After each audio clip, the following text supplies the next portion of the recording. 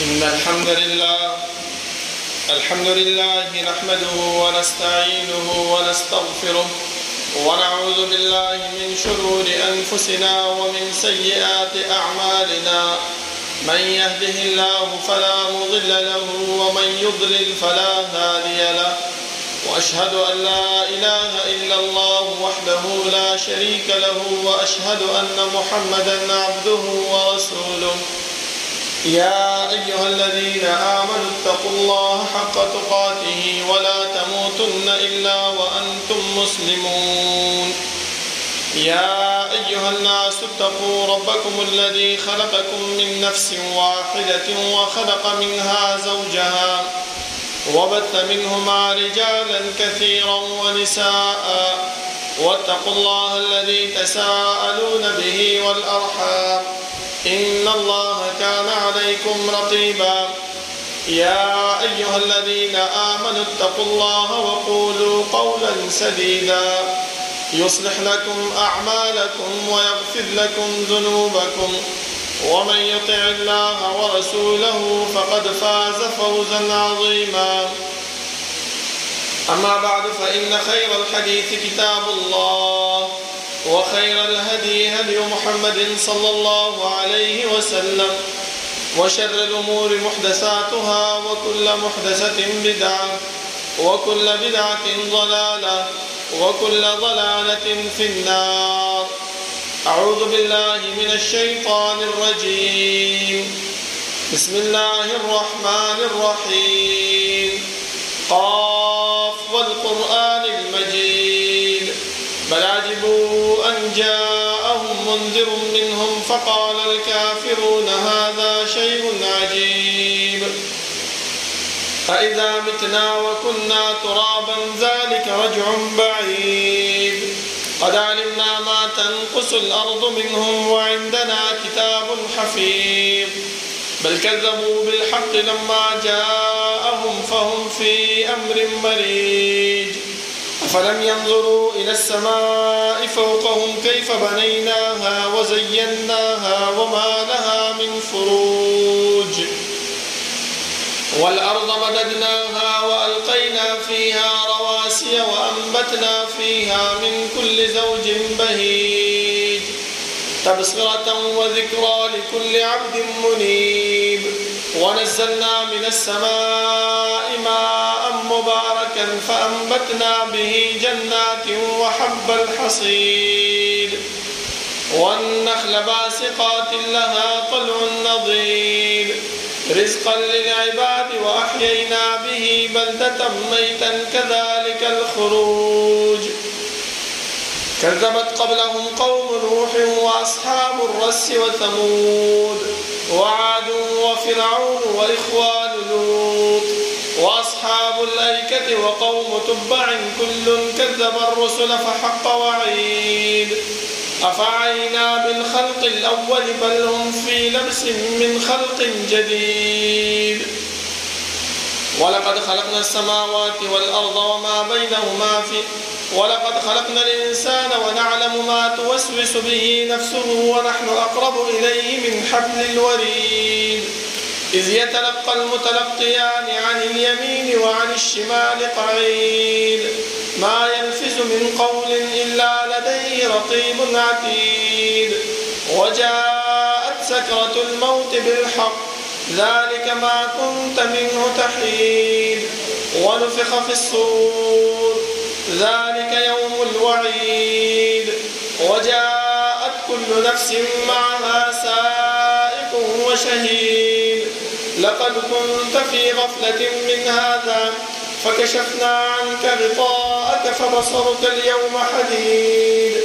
وقال قرينه هذا ما لدي عتيد. ألقيا في جهنم كل كفار عنيد. مناع للخير معتد مريب.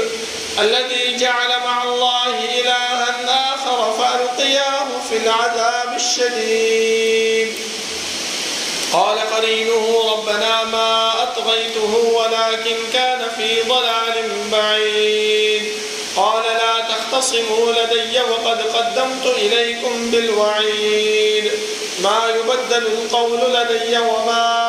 أنا بظلام للعبيد يوم نقول لجهنم هل امتلأت وتقول هل من مزيد وأزلفت الجنة للمتقين غير بعيد هذا ما توعدون لكل أواب حفيظ من خشي الرحمن بالغيب وجاء بقلب منيب ادخلوها بسلام ذلك يوم الخلود لهم ما يشاءون فيها ولدينا مزيد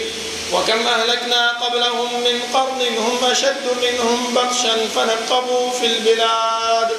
هل من محيص إن في ذلك لذكرى لمن كان له قلب أو ألقى السمع وهو شهيد ولقد خلقنا السماوات والأرض وما بينهما في 6 أيام وما مسنا من لغوب فاصبر على ما يقولون وسبح بحمد ربك قبل طلوع الشمس وقبل الغروب ومن الليل فسبحه وأدبار السجود واستمع يوم ينادي المناد من مكان قريب يوم يسمعون الصيحة بالحق ذلك يوم الخروج إنا نحن نحيي ونميت وإلينا المصير يوم تشقق الأرض عنهم سراعا ذلك حشر علينا يسير نحن أعلم بما يقولون وما أنت عليهم بجبار فذكر بالقرآن من يخاف وعيد اللهم صل على محمد وعلى آل محمد كما صليت على إبراهيم وعلى آل إبراهيم إنك حميد مجيد اللهم بارك على محمد وعلى آل محمد كما باركت على إبراهيم وعلى آل إبراهيم إنك حميد مجيد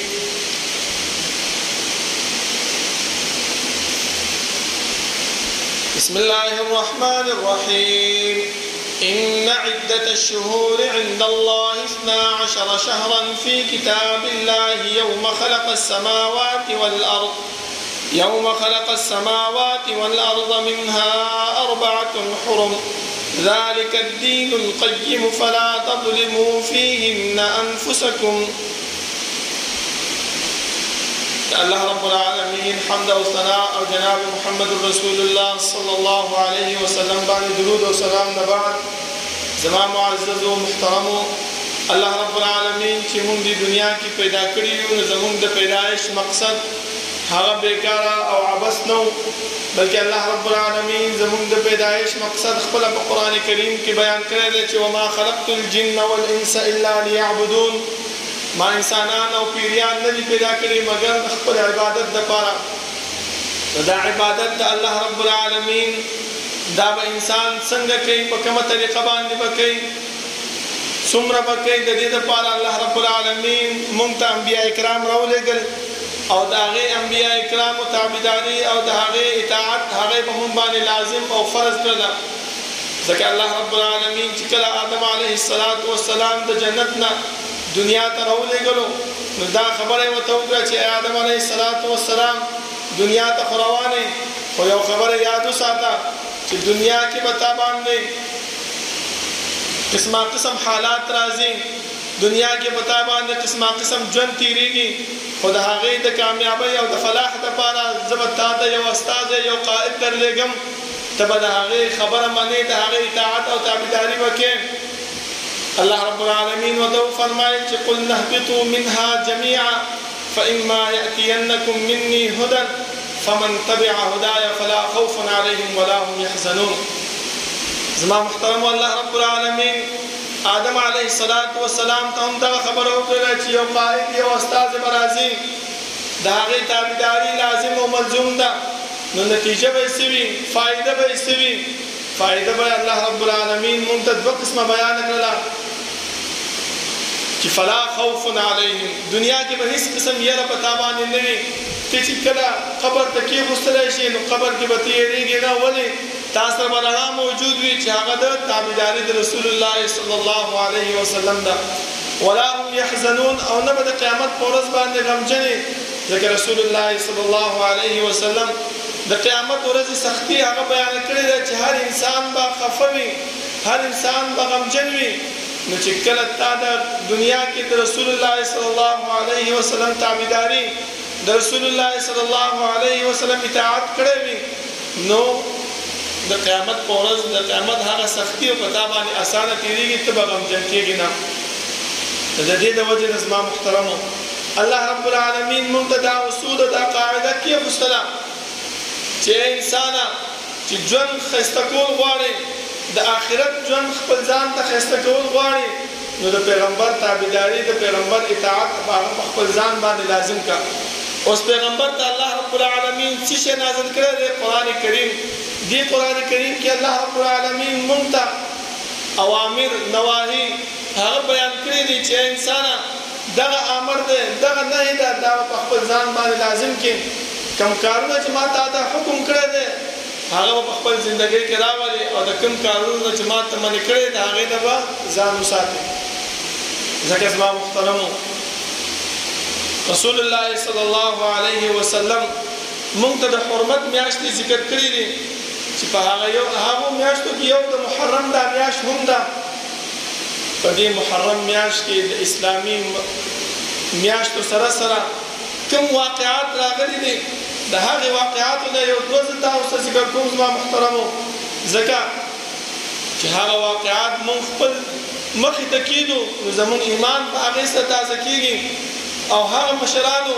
چې کوم کارونه کړي دي کوم اعمال کړي دي که هغه مونږ په خپل زندګۍ کې راولو نو څنګه چې بدله الله رب العالمین هغه خلکو له ورکړې ده همدغه شان دې بدله الله رب العالمین مونږ له هم راکړي ولې څنګه چې هغه انسانانو څنګه چې هغه د رسول الله صلی الله علیه وسلم متبع او تابعدار دغه شان دې مونږ هم انسانان یو مونږ هم د هغې متبع او تابعدار یو چې هغه اعمال مونږ په خپل زندګۍ کې راولو نو ان شاء الله دغه شان دې اجر او ثواب الله رب العالمین مونږ له هم راکړي ځکه زما محترمو مشهور دغه دی چې د عمر رضی الله عنه وفات هغه په یکم محرم باندې شوی دی دا بعضې خلک هغه دا خبره بیانوي چې دا د عمر رضی الله عنه وفات هغه د یکم محرم باندې نه دی شوی دا اسې خبره ده د دې وفات چې دی نو هغه په 50 یا په 26 د ذوالحجه باندې شوی دی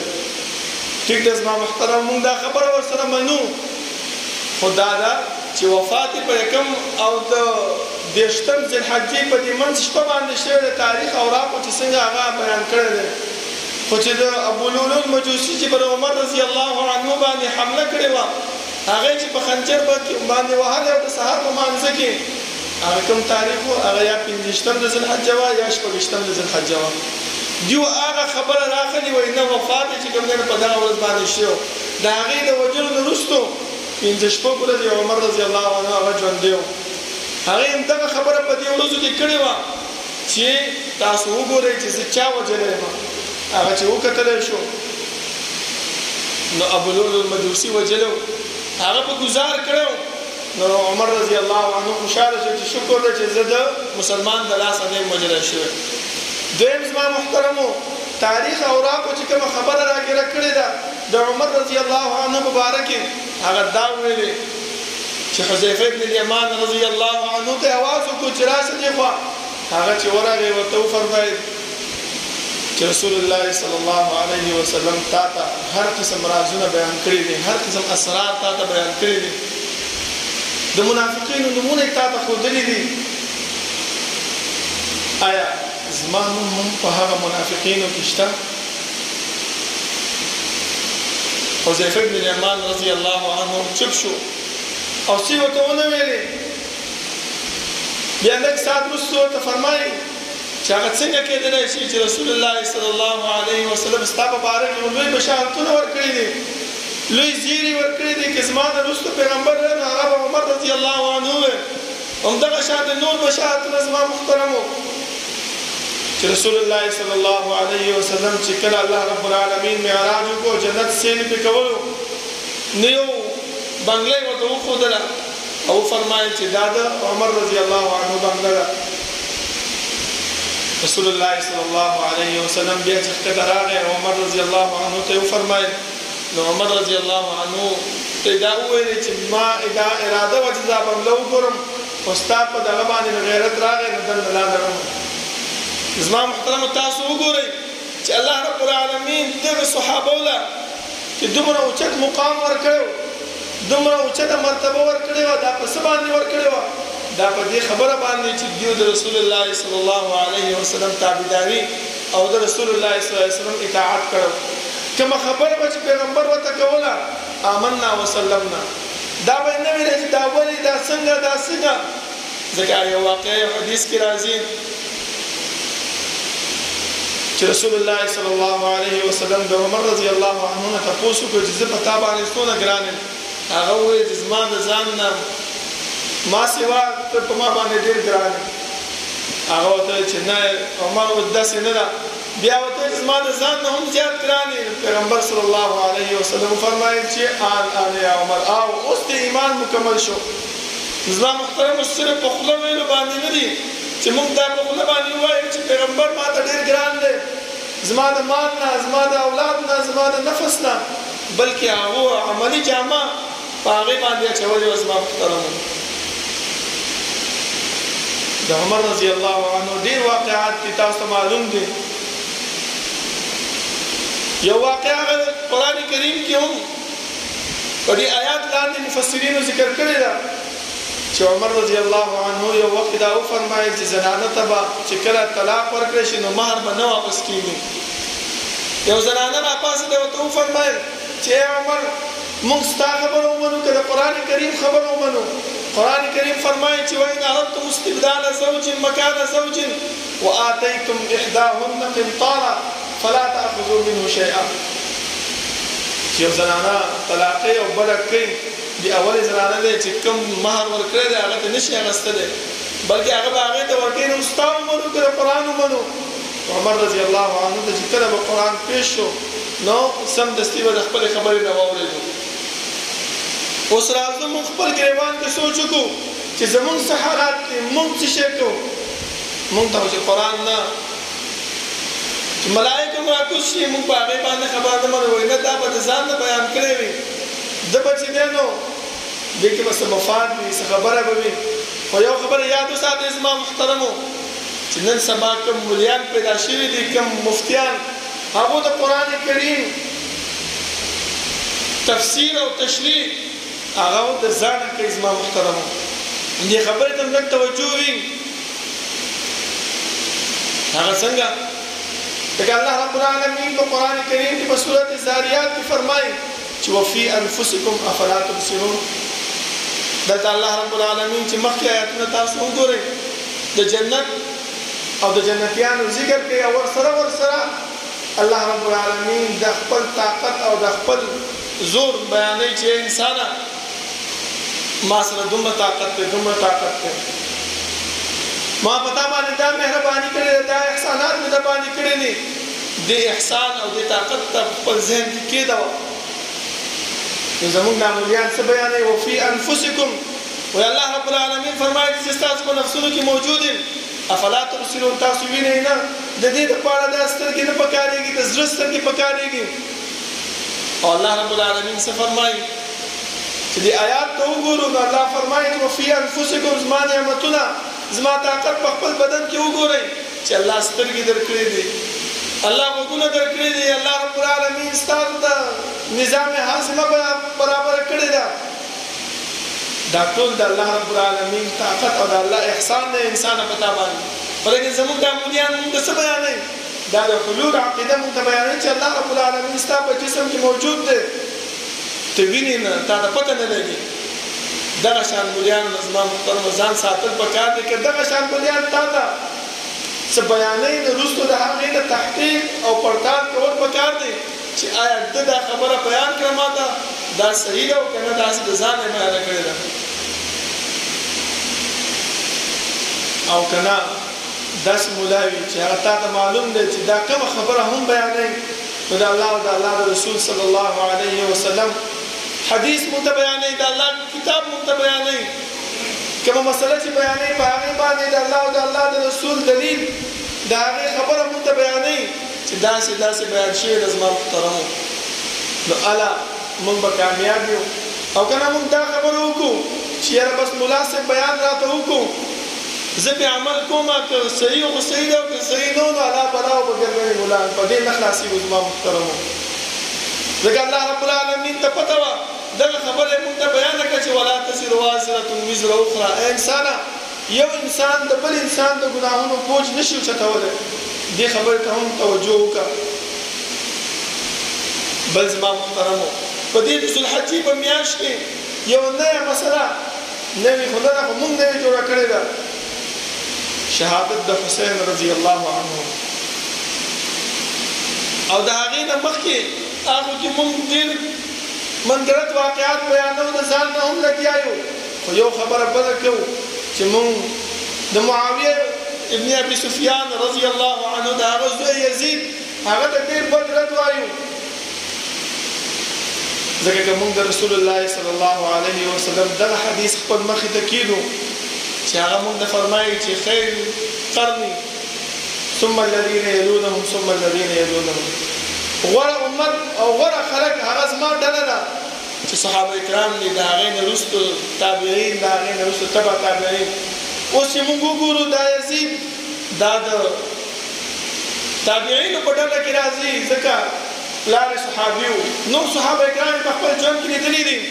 چې کله معاویه رضی الله عنه د یزید دپاره بیعت اخیستلو نو هر ځای کې بیعت واخیستل چې په مدینه کې یو څو صحابه کرامو هغو بیعت نه کولو معاویه رضی الله عنه خپله راغی د یزید دپاره بیعت کولو نو بعضې صحابه هغو د مدینې نه مکې ته لاړل ځکه چې مکه داسې ځای و چې هغه الله رب العالمین حرم مقرر کړی دی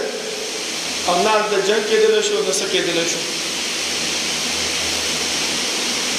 دلته زما محترم مونږ څه شی کوو مونږ دا وایو چې یزید را لګېدلی و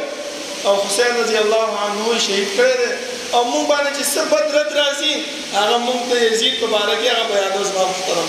د رسول الله صلی الله علیه وسلم یو بل حدیث هغه هم ځان ته مخې ته کېدو چې رسول الله صلی الله علیه وسلم بیانوي چې قیامت په ورځ باندې به الله رب العالمین یو انسان راولي خپل مخې ته به ودرېږي دې انسان به دنیا کې ډېر اعمال کړي وي ډېرې نیکیانې به یې کړي لمونځونه به یې تهجد ګزار به یې روژې به یې نیولې صدقې به یې کړي وي خیراتونه به یې کړي وي د الله رب العالمین هر قسم عبادت ته به نه یې پرېښی هر قسم عبادت به ده کړی وي خو چې کله میزان کې ودرول شي او تول کېږي د اعمالو نو یو کس به راپاڅېږي ووایي چې الله ده ما ته بد رد ویلي اے الله ده زما عزت لوټ کړی و اے الله ده ما ته چې دی نو کنځل کړي و اے الله ده ما ته بد رد ویلي و اے الله ما ته ده داسې کړي و ده ما ته هغه شانتې ویلي و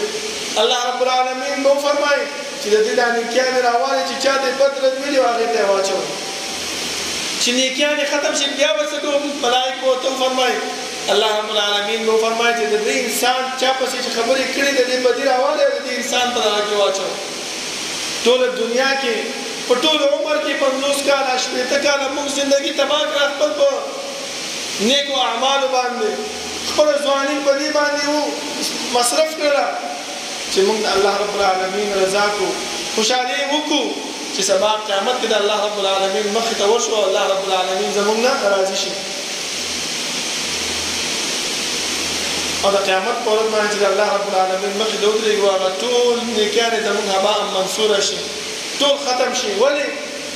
کله د یزید پسې لګیا یو بد رد وایو کله د صحابو پسې لګیا یو بد رد وایو کله خپل منځ کې وړه وړه خبره باندې یو بل ته کنځل او بد رد کوو دا ټول زما محترمو مونږ دلته ورکوټې ګناه وایو خو دا داسې ګناه ده چې زموږ اعمال بربادوي مونږ د جنت نه راوچتوي او جهنم کې غورځوي زما محترمو دې خبرې ته لږ توجه او سوچ پکار دی هسې په ګپ شپ کې یو بل ته بد رد وایو هسې به په خبرو کې به یو بل ته کنځل کوو لیکن دغه بد رد او دغه کنځل دا زموږ د تباهۍ او د بربادۍ ذریعه ګرځېږي د حسین رضی الله عنه چې کله په مکه کې و معاویه رضی الله عنه خپل گورنر راولېږلو مکې ته او فرمایي چې ورشه او درې صحابو نه بیعت د یزید د پاره واله چې زمانه وروسته به یزید هغه خلیفه وي. دې صحابو انکار وکړ، هغه چې نه، چې کله ته وفات شوې هغې نه وروسته مسلمانان چې کوم خبره باندې متفق شو په هغې باندې موږ دغه کوو. اوس موږ په دې ژوند کې د هغې سره بیعت ځکه نه کوو چې بیا به خلیفه نه معلومېږي چې دا خلیفه دی او که دا خلیفه دی، د چا خبره ومنلو. په دې کې اختلاف زما محترمو که تاسو وګورئ، یو طرف ته صحابه په حق باندې او یو طرف ته معاویه رضی الله عنه هم په سم دغه باندې چې د خپل نظام نه وروستو خپل جانشین مقررولو. په دې کې چې کوفیانو ته پته ولګېده، هغوی حسین رضی الله عنه ته خطونه راولېږل چې راشه موږ ستا ملاتړ کوو. نو دلته په دې ځای کې یو خبره یاد وساتئ زما محترمو چې هغه نن سبا زمونږ په دې معاشره کې نشته دی. حسین رضی الله عنه سمدستي د کوفیانو خبره ونه منله، بلکې څه وکړل، خپل یو استازی یې ولېږلو چې ورشه معلومات لږ وکړه چې آیا واقعي دا کوفیان په ما باندې ولاړ دي او که نه دي. دې خبرې ته لږ توجه وکړئ زما محترمو. موږ ته هم دا پکار دی چې زموږ متعلق څوک تاسو ته خبره کوي، یو کس راشي ستا متعلق د بل متعلق تا ته خبره وکړي چې یاره پلاني تا پسې دا خبره کړې دا خبره کړې، نو سمدستي د هغې خبره منل نه دي پکار، بلکې لږ تحقیق پکار دی. لکه الله رب العالمین فرمایي چې ان جاءکم فاسق بنبأ فتبینوا. دا تبین پکار دی چې آیا دا خبره رښتیا ده او که غلط دی، آیا دا خبره کې څونه صداقت دی څونه دروغ دی. لکه حسین رضی الله عنه سمدستي د کوفیانو خبره ونه منله. ولې مشرانو زمونږه اسلاف دي زمونږه، مونږ ته د هغوی یو عمل هغه زمونږ د کامیابۍ او زمونږ د فلاح ذریعه ګرځېږي زما محترمو. د دې د وجې نه خو الله رب العالمین هغو د جنت سرداران ګرځولي دي.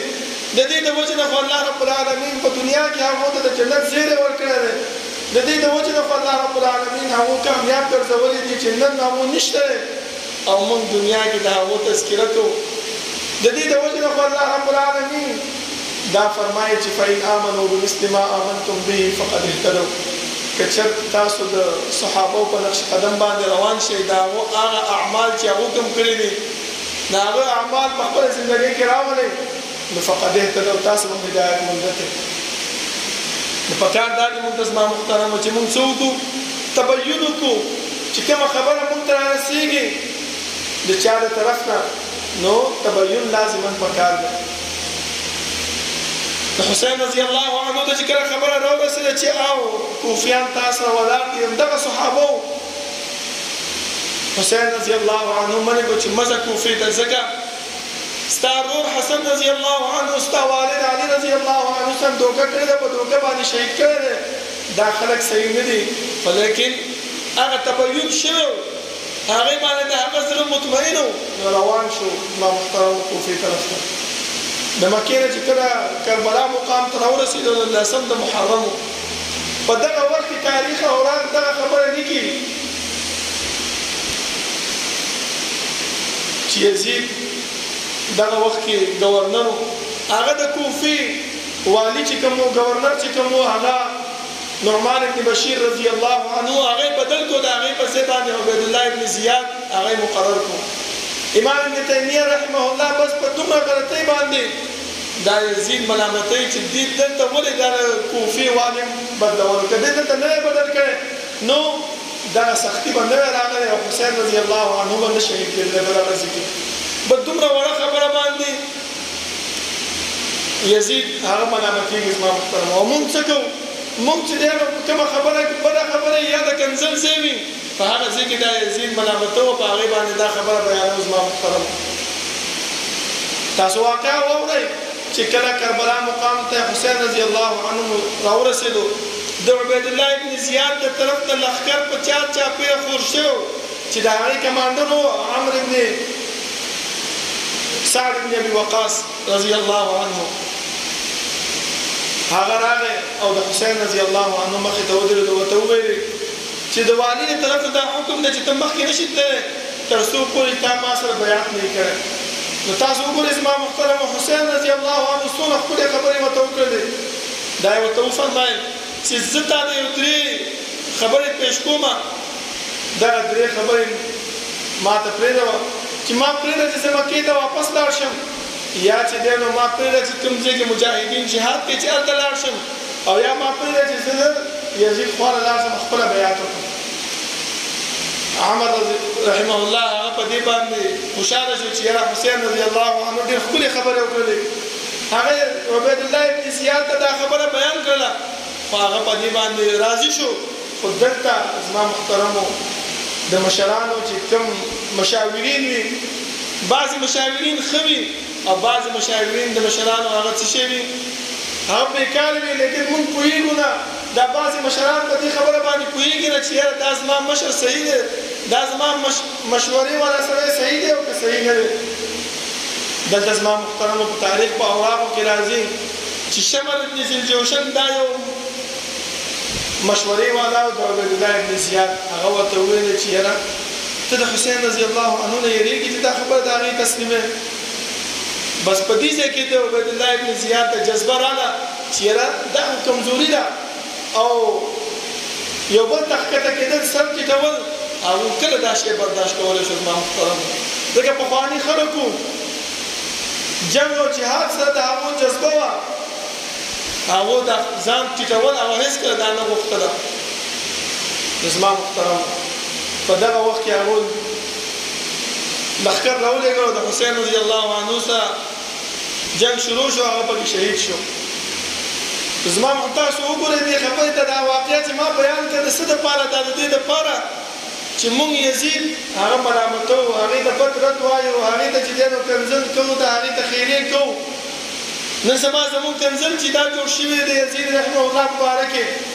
نو دا نه لیکول پکار امام ابن تیمیه رحمه الله هغه صرف په دې وړه خبره باندې دا ملامتوي چې یاره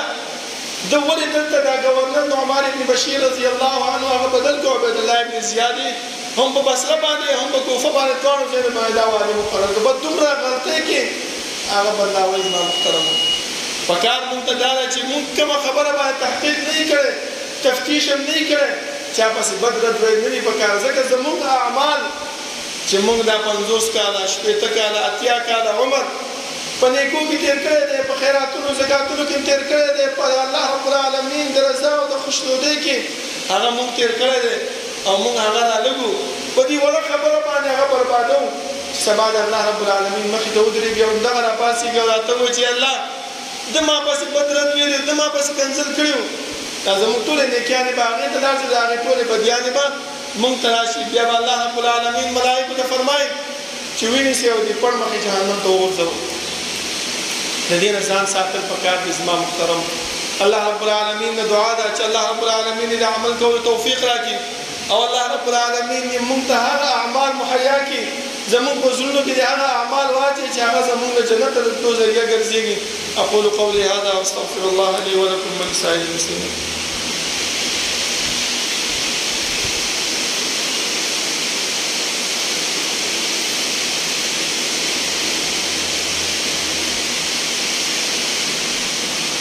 إن الحمد لله نحمده ونستعينه ونستغفره ونعوذ بالله من شرور أنفسنا ومن سيئات أعمالنا من يهده الله فلا مضل له ومن يضلل فلا هادي له وأشهد أن لا إله إلا الله وحده لا شريك له وأشهد أن محمدا عبده ورسوله يا أيها الذين آمنوا اتقوا الله حق تقاته ولا تموتن إلا وأنتم مسلمون يا أيها الناس اتقوا ربكم الذي خلقكم من نفس واحدة وخلق منها زوجها وبث منهما رجالا كثيرا ونساء واتقوا الله الذي تساءلون به والأرحام إن الله كان عليكم رقيبا يا أيها الذين آمنوا اتقوا الله وقولوا قولا سديدا يصلح لكم أعمالكم ويغفر لكم ذنوبكم ومن يطع الله ورسوله فقد فاز فوزا عظيما أما بعد فإن خير الحديث كتاب الله وخير الهدي هدي محمد صلى الله عليه وسلم وشر الأمور محدثاتها وكل محدثة بدعة وكل بدعة ضلالة وكل ضلالة في النار أعوذ بالله من الشيطان الرجيم إن عدة الشهور عند الله 12 شهرا في كتاب الله يوم خلق السماوات والأرض. زما محترمو الله رب العالمین دا د حرمت میاشتې موږ ته مقرر کړې وي. بیا فرمایي چې په دې حرمت میاشتو کې کوم انسان اعمال کوي نو د هغې اعمالو بدله الله رب العالمین ډبل ورکوي انسان ته، او کوم انسان چې په دې کې بد اعمال کوي ګناهونه کوي نو د هغې سزا هم ډبل ورکول کېږي. زما محترمو پکار دا دی چې موږ د دې حرمت میاشتو خیال وساتو او کوم اعمال چې موږ ته پیغمبر صلی الله علیه وسلم ښودلي دي د هغې نه وروسته صحابه کرامو کوم کړي دي، لکه څنګه چې الله رب العالمین فرمایي چې فإن آمنوا بمثل ما آمنتم به فقد اهتدوا. که چېرته تاسو د دې صحابو په نقش قدم باندې روان شئ او هغه اعمال په خپله زندګۍ کې راولئ کوم اعمال چې دیو کړي دي نو فقد اهتدوا، تاسو به هدایت مونده کړئ. ولې الله رب العالمین دې صحابو ته د جنت زیری ورکړی و. دې صحابو ته الله رب العالمین په دنیا کې په جنت کې بنګلې تیارې کړې وې. د بلال رضی الله عنه د خپو کشار رسول الله صلی الله علیه وسلم په جنت کې اورېدلی. ولې په یو وړوکي عمل باندې د عمر رضی الله عنه بنګله رسول الله صلی الله علیه وسلم په جنت کې لیدلې وه. کوم اعمال هغه کړي وو، که هغه اعمال موږ خپل زندګۍ کې راولو نو انشاءالله موږ به هم کامیاب یو. الله رب العالمین نه دعا ده چې الله رب العالمین د عمل کولو توفیق راکړي، او الله رب العالمین د دې صحابه کوم اعمال چې کړي دي هغه اعمال زموږ زندګۍ کې راولي، او کوم خلک چې د دې صحابه بد رد وایي او د هغې پسې بد رد کنځل کوي او د هغو سپکاوی کوي نو الله رب العالمین نیست و نابود کړي او تباه و برباد کړي. ربنا لا تزغ قلوبنا بعد إذ هديتنا وهب لنا من لدنك رحمة إنك أنت الوهاب. ربنا اغفر لنا ولإخواننا الذين سبقونا بالإيمان ولا تجعل في قلوبنا غلا للذين آمنوا ربنا إنك رؤوف رحيم. ربنا لا تؤاخذنا إن نسينا أو أخطأنا ربنا ولا تحمل علينا إصرا كما حملته على الذين من قبلنا ربنا ولا تحملنا ما لا طاقة لنا به واعف عنا واغفر لنا وارحمنا أنت مولانا فانصرنا على القوم الكافرين.